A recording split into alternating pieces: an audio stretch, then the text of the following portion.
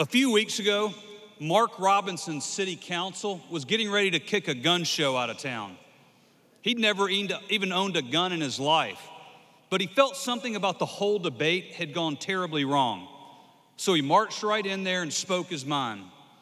What he didn't realize was that he was speaking on behalf of tens of millions of Americans. His speech went viral and inspired the nation. Most of you have probably seen it, but I can't see it enough. Please watch. What I really came down here for is this. I've heard a whole lot of people in here talking tonight about this group and that group, and domestic violence and blacks, these minorities and that minority. What I want to know is, when are you all going to start standing up for the majority? And here's who the majority is. I'm the majority. I'm a law-abiding citizen who's never shot anybody, never committed a serious crime, never committed a felony. I've never done anything like that. But it seems like every time we have one of these shootings, nobody wants to put the blame where it goes, which is at the shooter's feet. You want to put it at my feet. You want to turn around and restrict my right, constitutional right that's spelled out in black and white.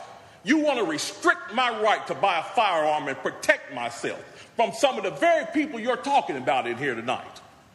It's ridiculous. I don't think Rod Serling could come up with a better script. It does not make any sense. The law-abiding citizens of this community, and we're the first ones taxed and the last ones considered and the first ones punished when things like this happens, because our rights are the ones that are being taken away. That's the reason why I came down here today. Gun show or no gun show, NRA or no NRA. I'm here to stand up for the law-abiding citizens of this community, because I'm going to tell you what's going to happen. You can take the guns away from us all you want to. You all write a law, I follow the law, I'll bring my guns down here, I'll turn them in. But here's what's going to happen. The Crips and the Bloods on the other side of town, they're not going to turn their guns in. They're going to hold on to them. And what's going to happen when you have to send the police down there to go take them? The police can barely enforce the law as it is. As what I see, we demonize the police, criminalize and vilify the police, and we make the criminals into victims. And we're talking about restricting guns? How are you going to do that?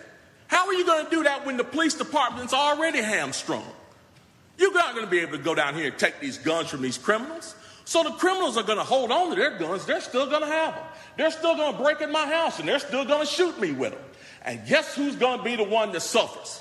It's going to be me. Well, I'm here to tell you tonight, it is not going to happen without a fight. And when I say fight, I don't mean shots fired. I don't mean fist thrown. I mean I'm going to come down here to this city council and raise hell just like these loonies from the left do until you listen to the majority of the people in this city. And I am the majority.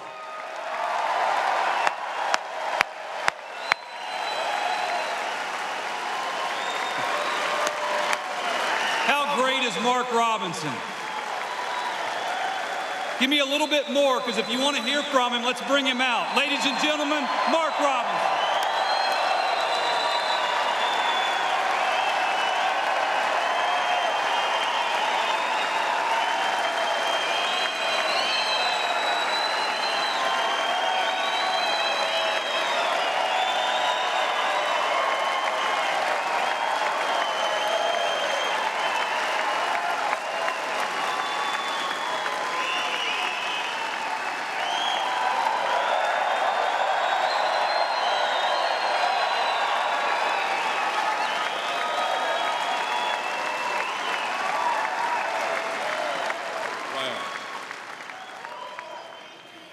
Well, yeah, same to you. Same to you. There's a real hero right there. Right there. That's what a real hero looks like right there. Folks, let me start off by saying thank you to everybody out there who sent me messages, sent me letters, sent me gifts, shared such kind words with me from all across the country and really all around the world. I mean, there's a group in Brazil that translated this speech into Portuguese and is using it to help fight for their rights down there, to protect themselves against the criminal gang element down there. So this thing has gone all the way around the world, and I just want to thank everybody. I never in my wildest dreams could I have imagined that going down to the city council and giving them a piece of my mind would have turned into that. I really just couldn't imagine it. I guess most of y'all know I'm not much on speech writing, so I didn't prepare anything. But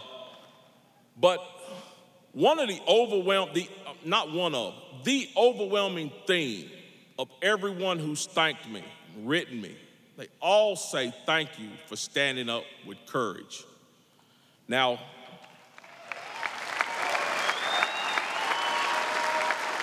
that's what I want to talk about today, because I am a history major. I love history.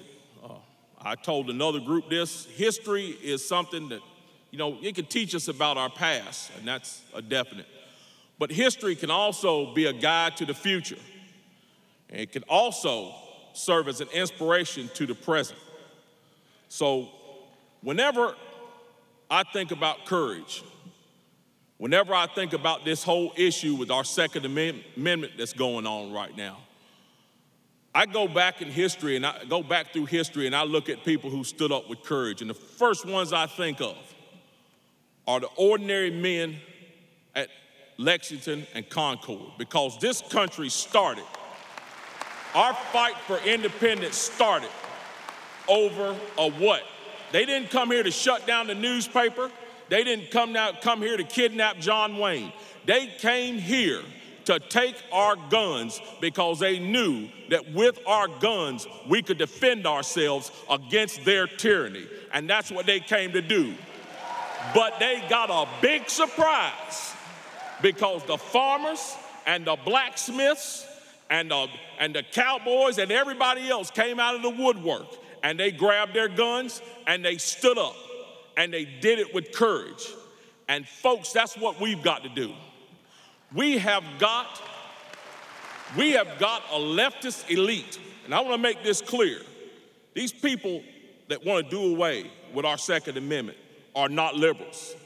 Liberals are people who believe in the ideals of the freedom of the individual.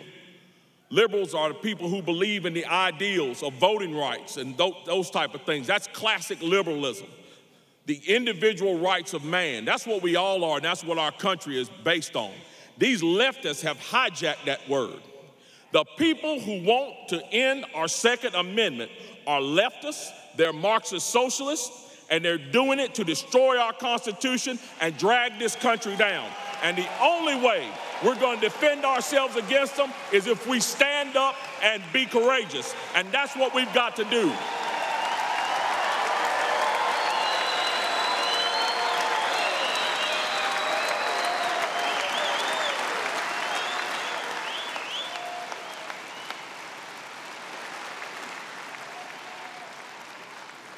I know the socialists, the Marxists, and I just like to call them by name. I don't beat around the bush. I'm going to call them exactly what they are. If you look back in history, every one of them, the despots, you look back at Stalin and Hitler, and you look back at Mao, and you look at Pol Pot and Castro, what did all of them do? They all created a climate of fear. And that's what the left in this country is doing now. They are trying to create a climate of fear. And the reason why they want that climate of fear is to silence all of you. They want to make you feel like you're less than, and that if you speak up, you'll be attacked. Well, guess what? If you speak up, you will be attacked. But the men at Lexington and Concord were attacked too. And they fought back and they won today. And we can win today also. And we need to send that message to these leftists and let them know this is our nation.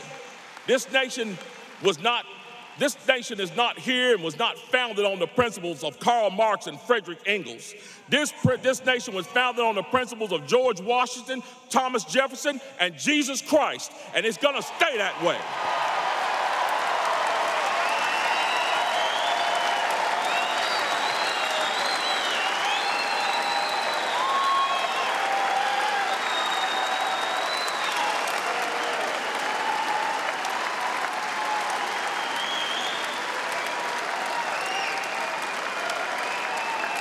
So, as we move forward from tonight, that's my challenge to you. President Trump was here earlier, and he talked about the men at the Alamo. Now, I want you to think about those men at the Alamo facing now 10,000 highly trained Mexican soldiers. You think about those men inside that missionary. You think about them. You think about what kind of fear must have been inside of them. But they did not give up. They gave their very lives for their principles. That is not what's required of us yet. The only thing that's required of us now is to do the same thing that I did.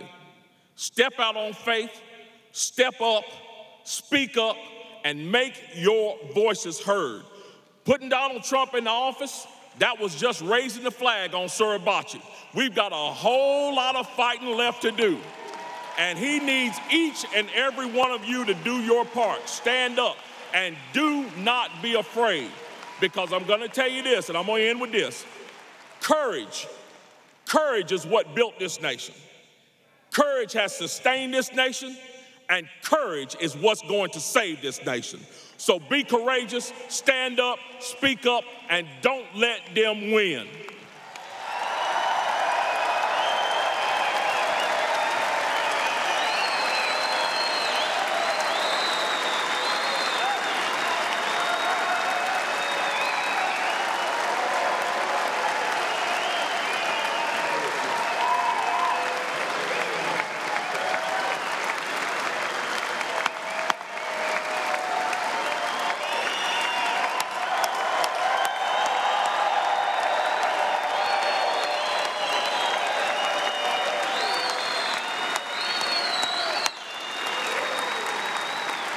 On behalf of the 5 million members of this great organization and on behalf of everyone in this room, we're honored to extend to you a lifetime membership in the National Rifle Association.